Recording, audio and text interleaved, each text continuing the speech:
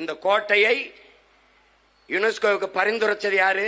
இந்திய அரசு, தொல்லியல் துறை, ஐயா மோடி அவர்களின் அரசு. இது கொடுக்கும்போது தடுத்திருக்க வேண்டியது யாரு? இவ்வளவு ஆவணங்களை எளிய பிள்ளைகள் நாம் திரட்டி அரை மணி நேரம் படமா காட்டும் போது அதிகாரத்தில் இருக்கிற திராவிட அரசு, திராவிட மாடல் அரசு, இந்த அரசு இருக்குல்ல, திருட்டு அரசு, இந்த திருட்டு அரசு அவங்களுக்கு எப்படி பார்த்தாலும் திராவிடம் என்றால் திருட்டு என்றுதான் பொருள் வரும். எப்படி பார்த்தாலும் அவனுக்கென்று சொந்த வரலாறு கிடையாது.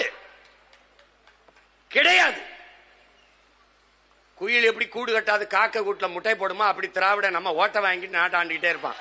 அவனுக்கு ஒரு ஏளவும் தெரியும். அவனுக்கு ஒரு பண்பாடு, மொழி, கலை, கலாச்சாரம் எந்த இளவும் இல்லை.